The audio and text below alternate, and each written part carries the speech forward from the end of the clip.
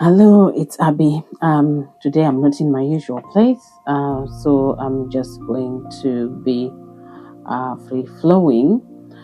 So, the one thing that I've been talking about lately is about the distraction that we are seeing on daily basis in the Middle East, the destruction of Lebanon, the killing of people, innocent civilians, and also actually how the international community is still tagging the Iran must stop this. I even saw the IMF saying it was a piece in the Guardian saying Iran must stop the attacks before it takes the world in a global crisis.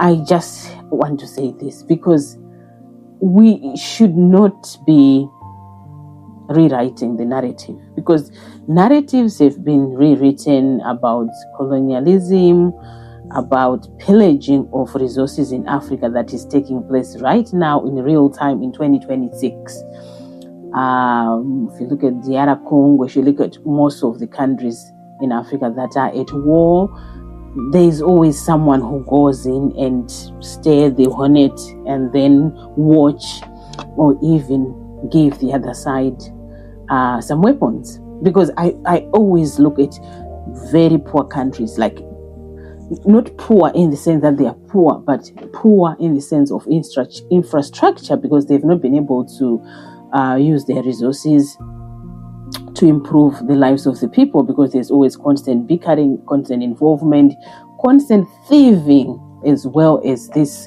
constant cause of war. You see foreign powers supporting one group at the expense of the other. And I always see these people with good, like recently in Sudan, new vehicles, armored vehicles. You see, they are wearing new camouflage, everything's just like, but meanwhile, I kind of like, well, but their economy is not that good. Everything is just, I see people in streets, suffering and all this. How come they've got this new everything with the army? But of course, they are being supported by Saudi.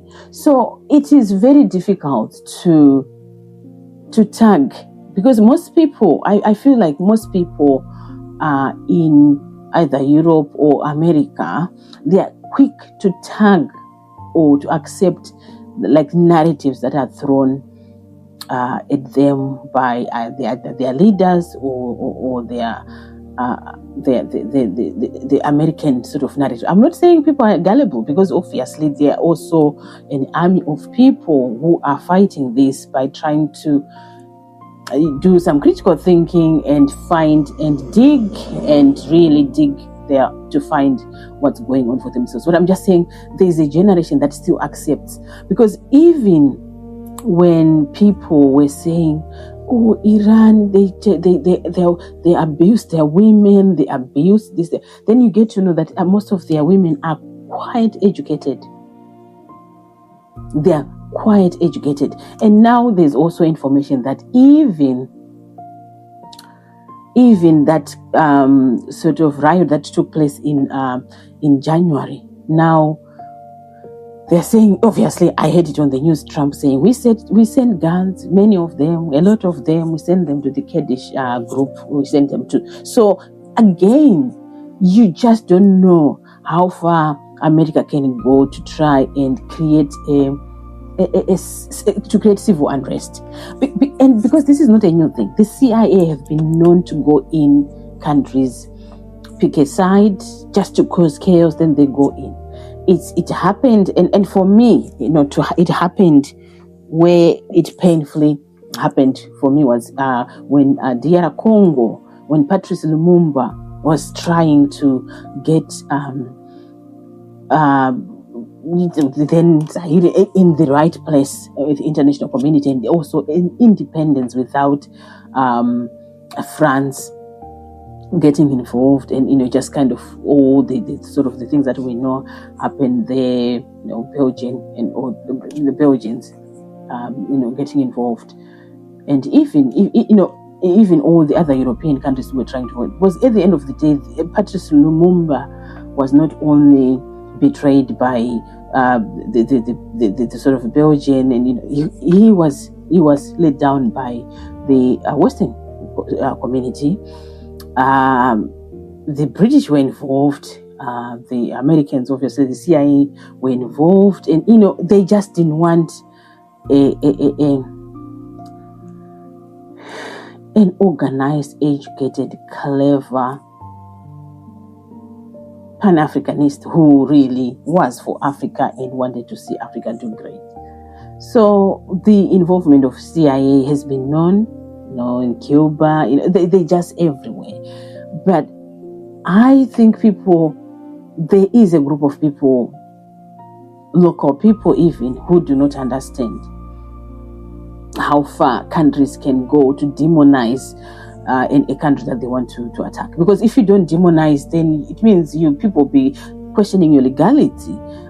So if you go in saying, oh, the Ayatollah is very oppressive of women, you're getting the women's sort of empathy.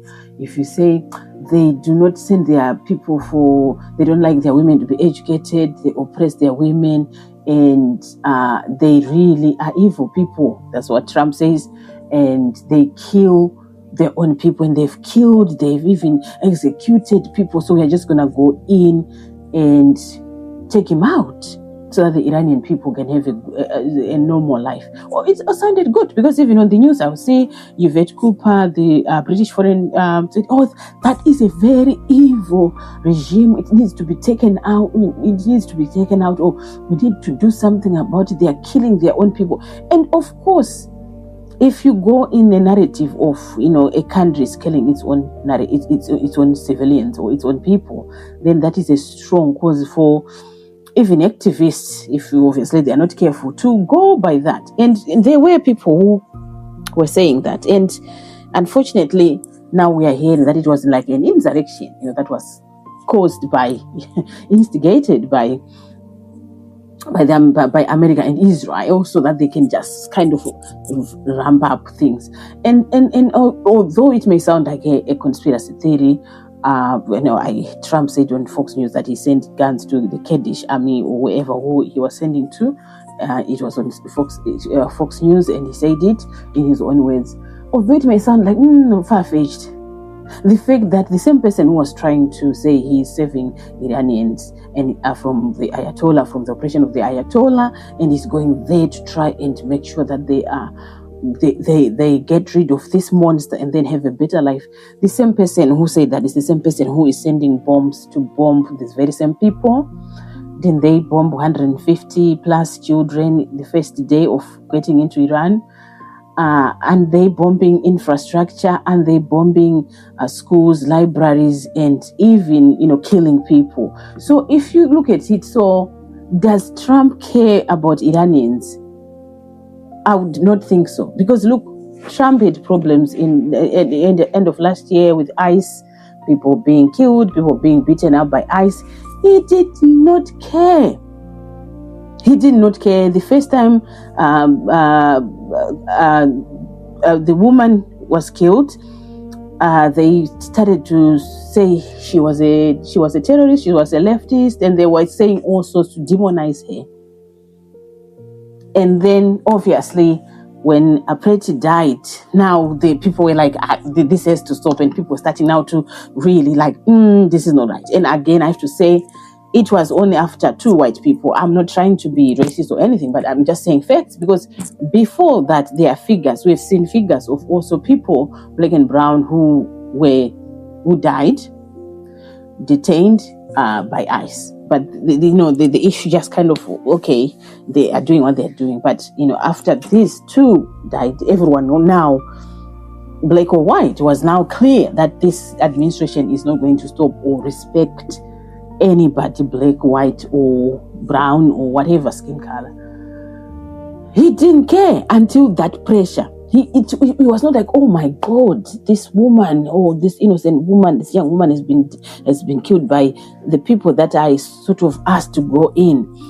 I should address the nation, and I should talk to the nation and say, this I condemn this. This should not be happening. No, he didn't do that.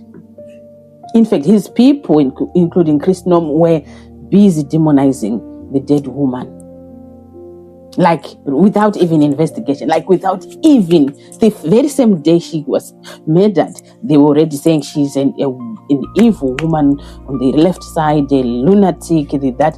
You see, this is an American citizen. How, with that in mind, how could he then care about Iranian people? You see where I'm coming from? He would not even care about Iranian people. If he couldn't care for his own people who were terrorized by ICE agents every day, we saw it. We saw videos, people being pushed down, people being insulted, people being just the thing that you would not expect to happen in an American city. We saw it. So it just reminded me of the days when, we were at uni trying to bring change, and the government was sending police after, or people that we ended up calling green bombers because they were wearing green uniform.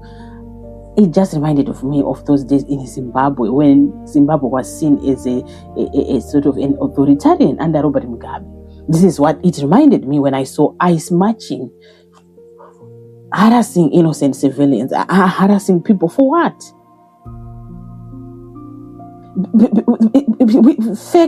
Fact. They say Barack Obama was able to send back more people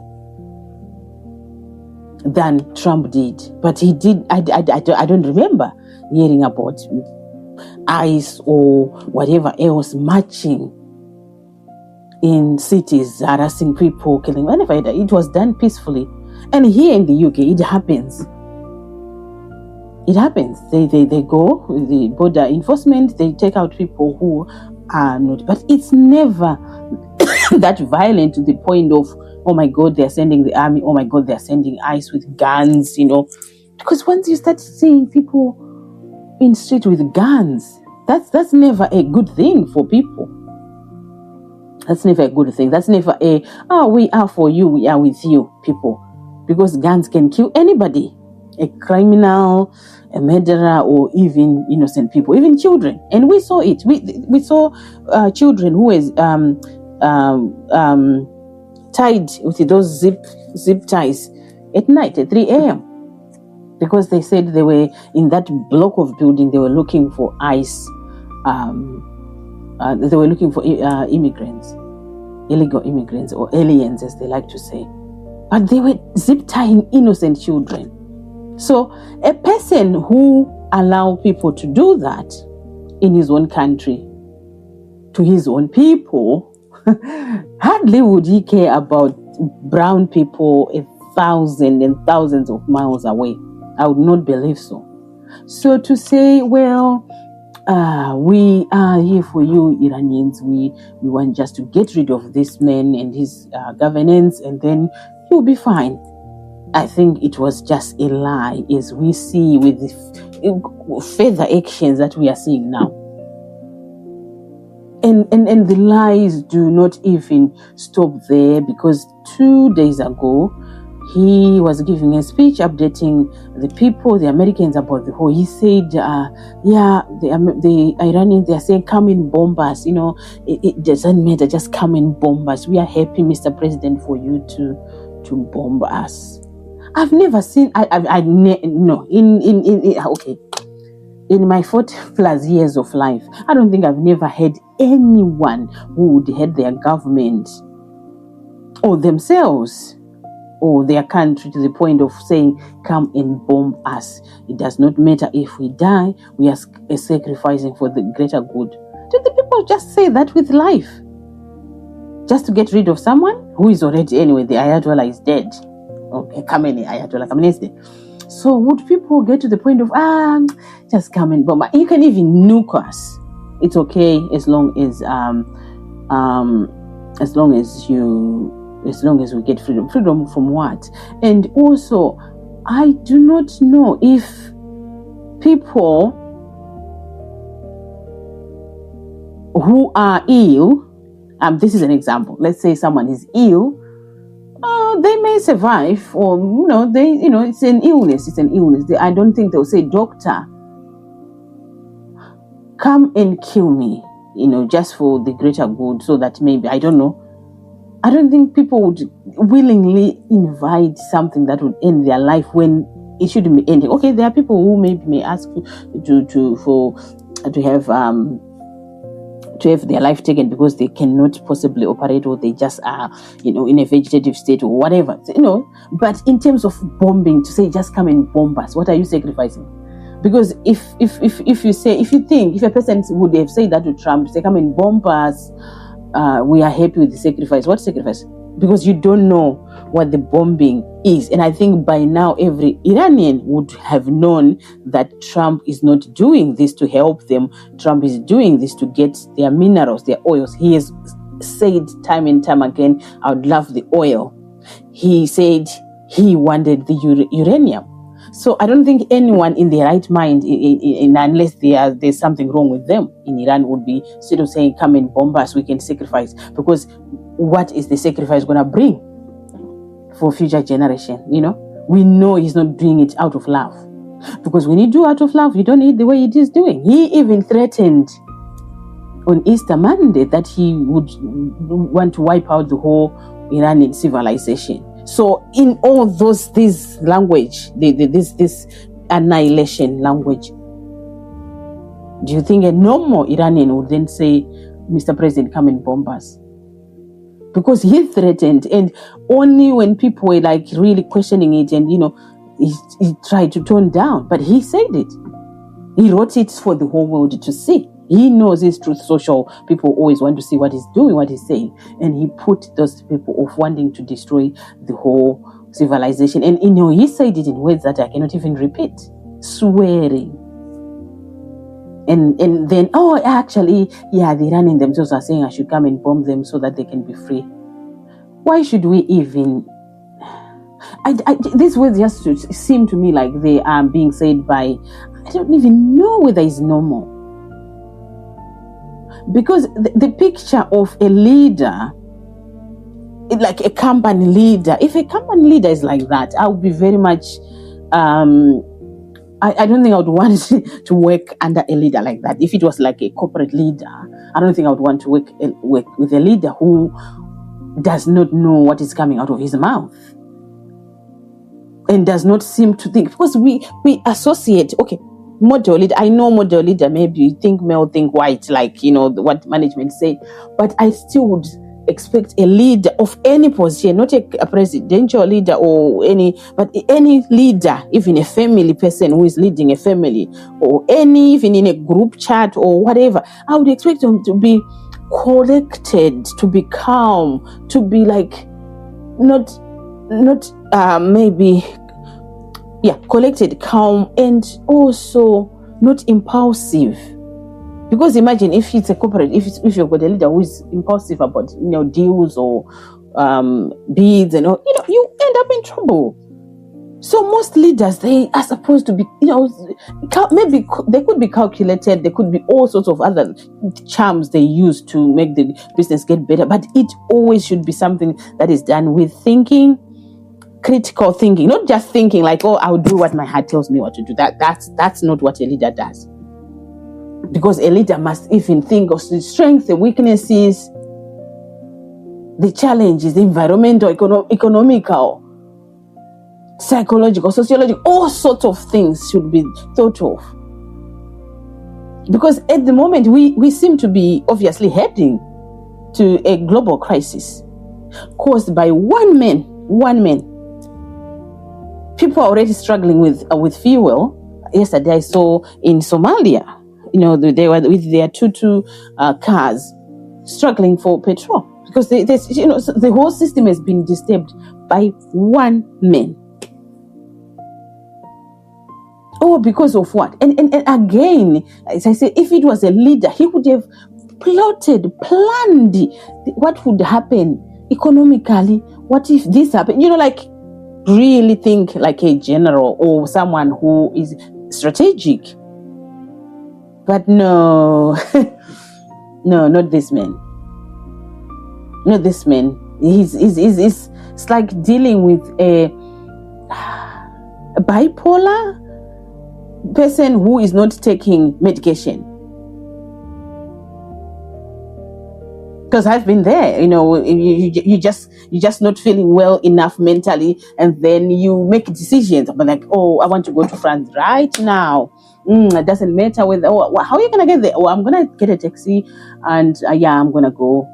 Do you have the money? Oh, I'm using my credit card. No consequence. No, I did that once. But it does not have to be like that, because this is my life. I can mess it up. I can use a credit card instead of planning a journey when I've got money. I'm not running a country. But this man is running a country, and he's responsible not only for his country, but for the global economy. He plans, I'm going to go to war. He didn't even talk to his allies. He didn't even discuss. He didn't even talk to his Congress. Put in his position of why he's going to attack Iran. No. I was just doing my work, and I just looked on the news. Iranian America is sending this to the Middle East. Is war imminent, or whatever is going to happen? Then one night I was sitting, okay, Iran, Israel, US Israel attacked Iran, 2 a.m. And then when things do not work well, our allies should help us. No, the allies you didn't tell in the first place. Oh, I don't care about you not helping me. You're going to envy me when I'm getting all the oil. Oh, God. Right. Yeah, we can admire you when you've critically destroyed the economy, the global economy. And don't worry, we've got reserves of oil in America. Me, us. What about the rest of the world? What about the rest of the world? It is really a bad way of managing anything. Never mind a country, never mind a business. This is a bad way. And if you had what not to do when you're running a company, a country, a business, whatever. The example, the good template of what not to do is the governance of Donald Trump. He is contradictory. He lies in your face, we have won the war. Like what? What war have you won? How have you won it? We've destroyed everything to the ground level, but actually Iran is still attacking. We destroyed everything. We killed their general. We killed very soon. They'll all be dead very soon. Controlling the narrative, changing the narrative, instead of admitting that it's not what we thought, and also admitting that there was no planning done. And sometimes you want to say that's what happens if you just do things for the sake of your greed, because really what was that war about? I know people pull up this, they were planning to destroy us. They've been planning this for 43 years. If I want to do something, why would I wait for 43 years? If I want to get rid of something, why would I wait for 43 years? But this is what they say, they've been planning. When I hear it, like when I'm seeing these panels on CNN or whatever, they've been waiting to do this. So if we didn't do it now, they were going to attack us. Okay, but why have they not been doing it? They were going about their merry ways, whether with a dictator or with God knows what. They were still going on their merry ways. Oil was still going through the Strait of Hormuz.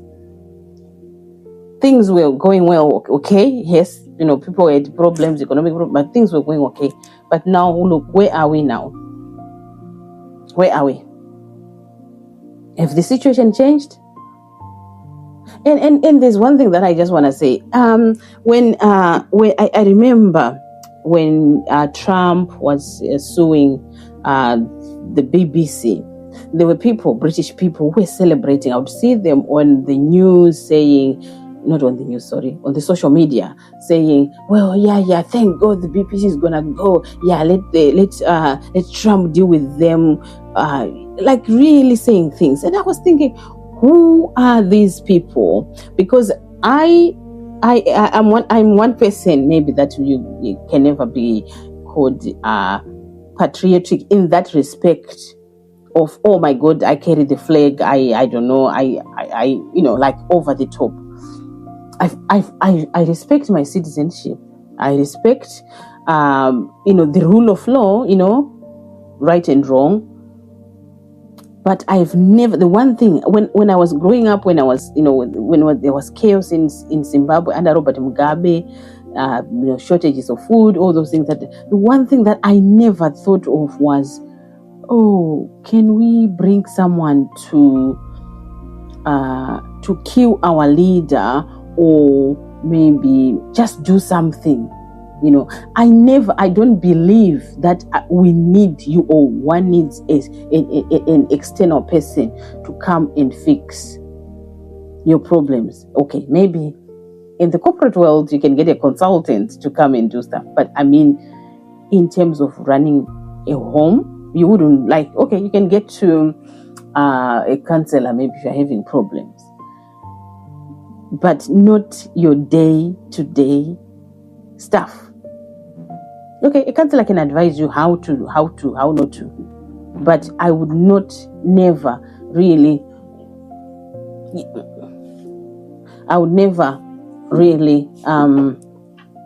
expect someone to come and change everything, change my husband or replace or whatever, unless I really want to do it myself. So if I want to do it myself, I would just say, go, or okay, let's get divorced, right? But I wouldn't expect another man to come in and try to do it for me. I hope that makes sense. But what I'm trying to say is, there were people, or there are always people who, if they are not happy with their president, or if they are not happy with their leader, or whatever, they want another country to come and take out their leader. The same thing I was saying about the BBC, that there were people who were happy that the BBC is being attacked and sued by Donald Trump. For me, I was not celebrating. I was like, we have to protect the BBC from external force, because he's not coming bearing good. He's saying, this institution that represents you, British people, is bad. So when he's attacking the BBC, he's not only attacking the institution. Because institutions, institutions, they are people. So if he's attacking an institution, especially like the BBC, he's attacking all of us. So to say, oh my God, yes, now it will finally go. Unless you hate your country, really, you wouldn't be saying that. I don't like the BBC, because I don't think they are who they say they are in terms of how they present news. And I've seen it like with the Iranian war, the Palestinian, and all the things that we've seen through other channels that they do not present, or when they do it in a very actually, are you agreeing? What, So I'm not fan of it, but I still would protect it. I wouldn't like another power, another leader, another country to come and attack it, because to me, I feel like they are also attacking me in the process. They can fix themselves out, or if they really are to pay because they really did something against Trump, fine, it has to be what it is. But I wouldn't celebrate, and I wouldn't even invite people to say, come and attack it, come and, maybe it's time it shut down. I wouldn't do that, because it's like allowing someone, because if you have got issues, you better deal them with yourself. Because if someone does it within your country, it means they are now an external agent. They are now in there to destabilize your stuff. And no one wants that. I would rather destabilize my own stuff. I would rather do it myself. If I'm destroying, I want to do it myself. I don't want someone to do it on my behalf. I want to say, oh, that year I was crazy enough to have destroyed something that I was building. But I don't want to say, oh, that year I allowed Thomas from God knows where to come and destroy something I was building. No, that's not me. And why I'm saying is this, there were Iranians who apparently, some I saw on TV, who were dancing when they heard that the Ayatollah has been murdered, and also when they heard that America and Israel are attacking Iran. They were dancing. Happy that it's happening, and God knows we are going to be free now. And I'm not Iranian. I've never been to Iran, and I've never, I've been through an authoritarian sort of governance. In the days of Robert Mugabe, you were not to criticize, you were not to do this, and I think we are heading there as well, because now I hear our current president is also trying to scrape elections completely. The elections are coming now. He's trying to make sure that he will die there in power, because he has seen it happening elsewhere and it has worked for those people. So he's trying to do it in Zimbabwe. So I know how it feels to feel oppressed. But what I'm saying is, some of these things have to be thought through. When African countries were fighting for their independence, most of them, they felt agitated from within. They were looking around. Why don't I have good land and that white man has land? Why don't I have this and why don't I have that? I'm in my land where I was born, but I'm seeing a stranger coming here and having all this land, and I'm in the arid, dry land that will never achieve anything, especially without the equipment of irrigation and all that. And they felt agitated, and they started forming groups, and then they fought. Some got external help eventually, but it started from them, and they had a cause, and it was easy for them to come to an agreement to say, yeah, maybe somewhere like, oh, now that you mention it, because there will always be these people who like, I'm focusing on my land. I'm not going to think about what else is going on. But when they heard these people, when they saw what was happening, the explanations, because I hear stories, and I always repeat the stories my mom told me, because she was there when the war of independence, started, She said, the freedom fighters, the ones who were called terrorists, I have to say this because, again, I always say, what is the definition of terrorists? Because Israel and America are killing people, murdering people, some innocent, and in the name of they are terrorists. Whenever they kill civilians, people, we did that because it was Hezbollah or Hamas.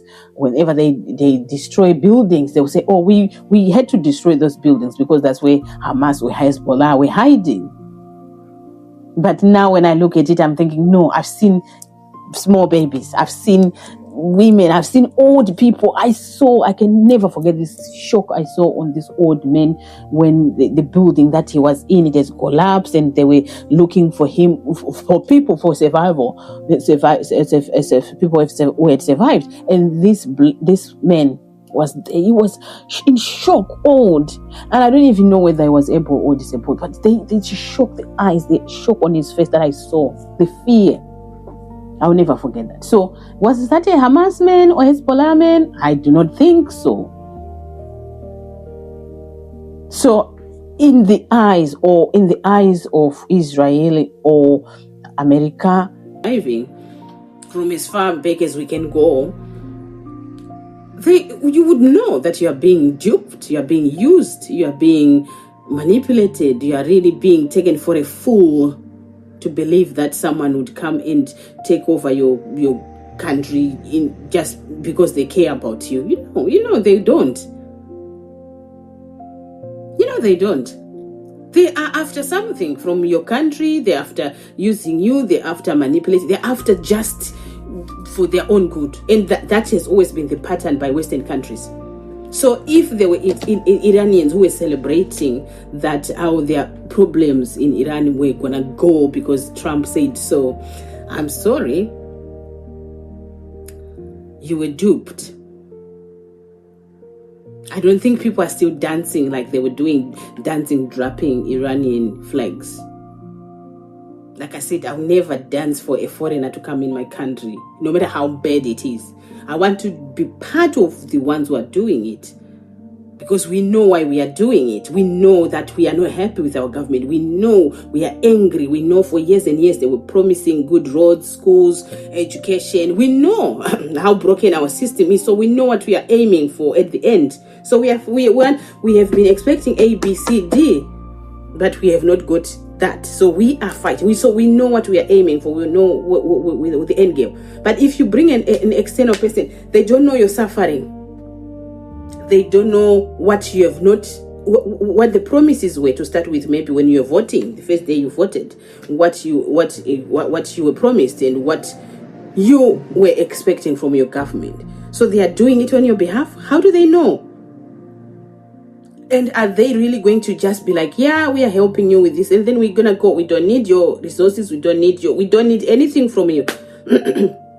I always say, Western countries, when they get themselves involved in other countries' issues, they're like the mafia. They don't do anything for nothing. They do that and they want something in turn. It's never for free. It's never for, like, we are very democratic. We as Americans are democratic. So we want everyone to be as democratic as us. And again, democracy is very, it's not neutral. It's a very contested term, like as far as 2026 is concerned. Who is democratic now? Who is democratic? And what annoys me is those people were celebrating a monster. It's like celebrating when a monster is coming into your home, and then the monster starts eating your children. You do not feel guilty that you celebrated for this and now this is happening, because he has not done anything for those people. If those people were celebrating, if they were to be asked, so are you happy now? What has been achieved? Are they going to point to anything? No.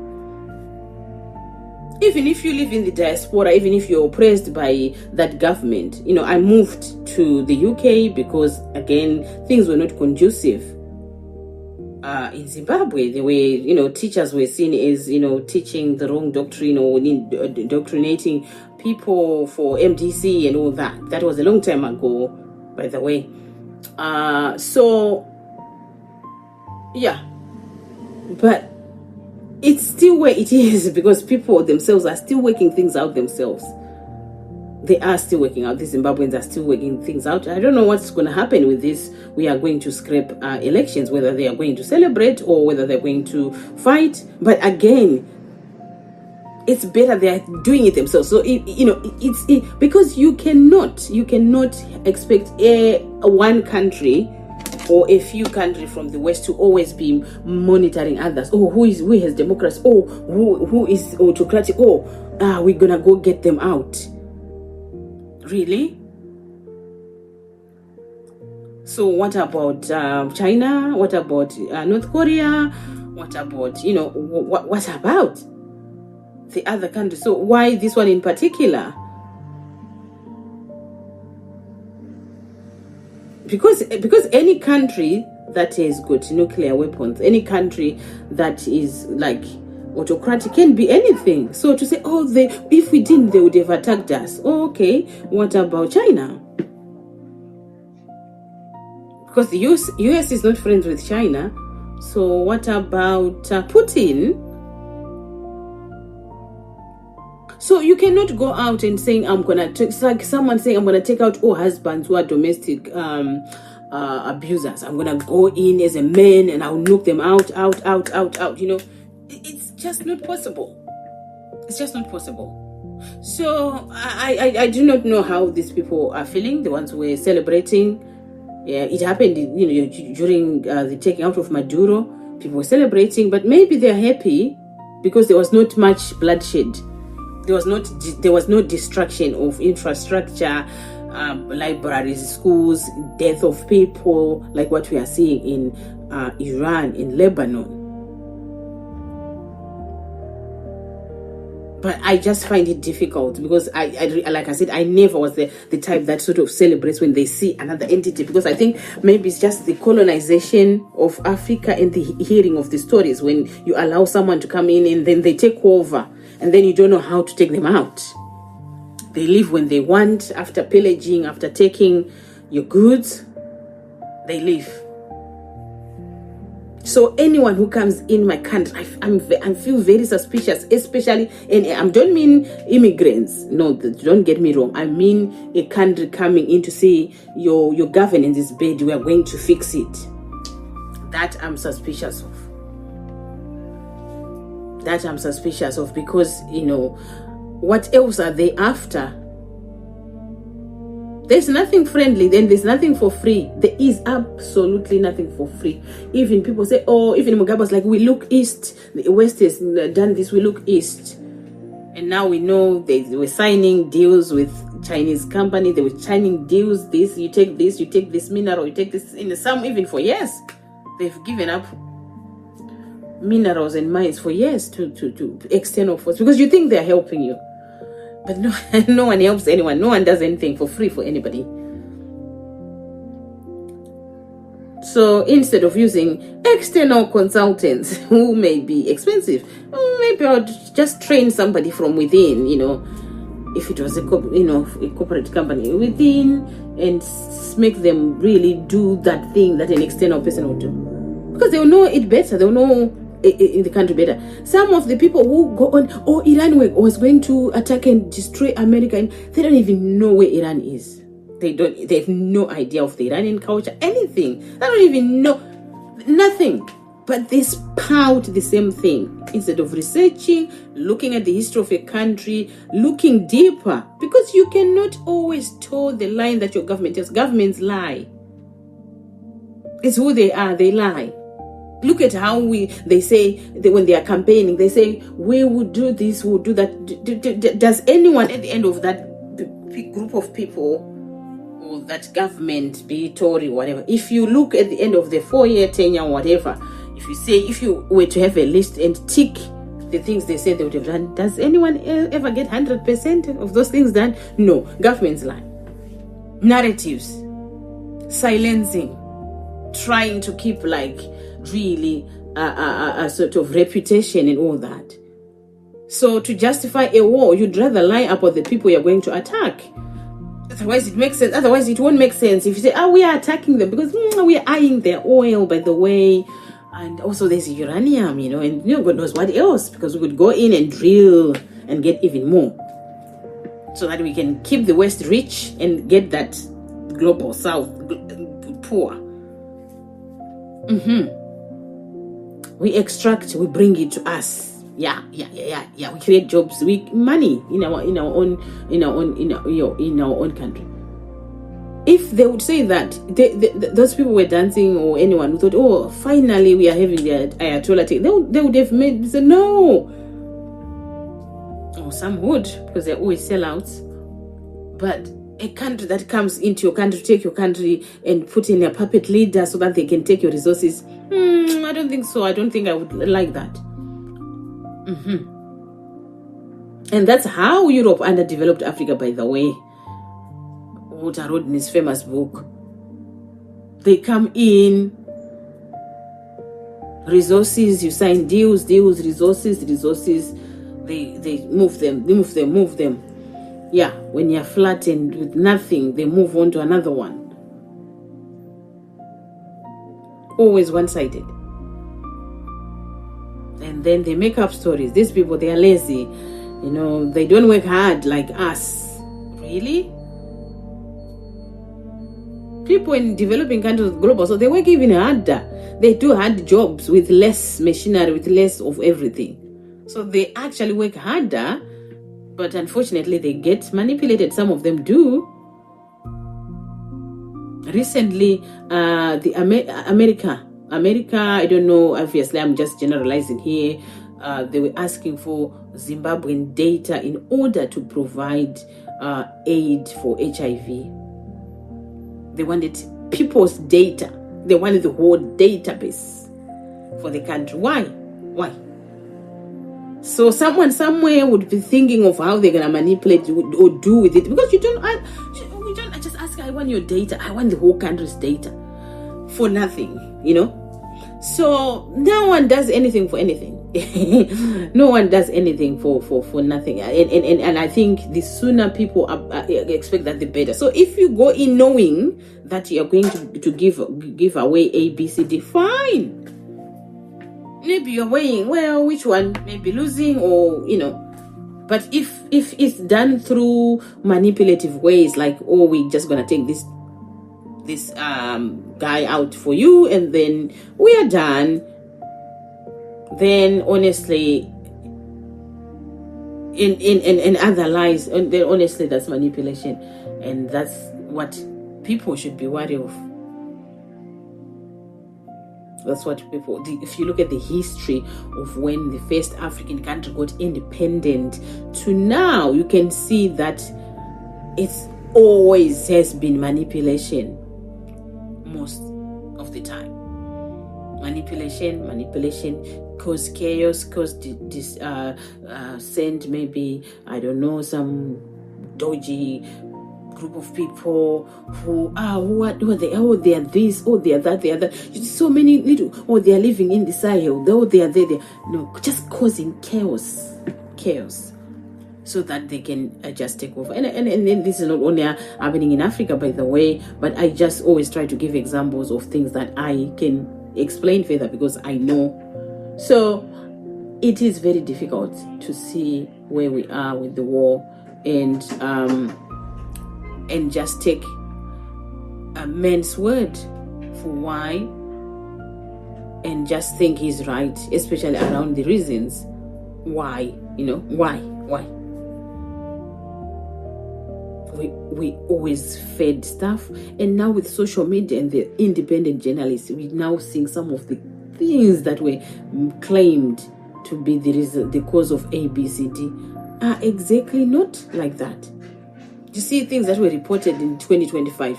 Now you see a clip, or even Donald Trump himself talking. You think, so he said that, but meanwhile we were told that. So there's just so much. So I think the purpose of this talk is just to say, just be a little researcher, critical thinker. Do not just accept data or information that you're just fed, because everyone will be feeding you what they think you should keep in your stomach. They would not want you to be a critical thinker, because they would have their own narrative, so they would want those narratives sort of recorded as the truth, even when it's not the truth. So many things that we are like debunked now. Oh, this was not that, but already when we were told at the time, we were told it is absolute truth, 100% truth. Only now to know that they were just lying, or they were just changing the narrative. How many times have we had, the Iranians are begging for ceasefire, and then no, they are not. So it's what it is. But you're just gonna have to be careful, and also be willing to do a bit of research and digging stuff out, instead of the president said, or the media said, or they said. Because even the media, the traditional media, even the president, even the prime minister, even the foreign minister, even they also can lie, and they are lying, some of them. So do not be duped. Find your truth. Sometimes there's nothing we can do, even if we know the truth, because it's what it is. But just knowing the truth is better than just accepting lies because they are. I've seen people say, oh, the war, yeah, Iran was going to attack us the following day, or, but, that's not true. So before I leave, I just want to say, well, what I say are my thoughts only. I'm not acting on anyone's behalf, and that's just how I've assessed this what's going on. It's just a volatile situation, and in some ways I feel like it's very familiar because of my background, in Zimbabwe, but also different in many ways.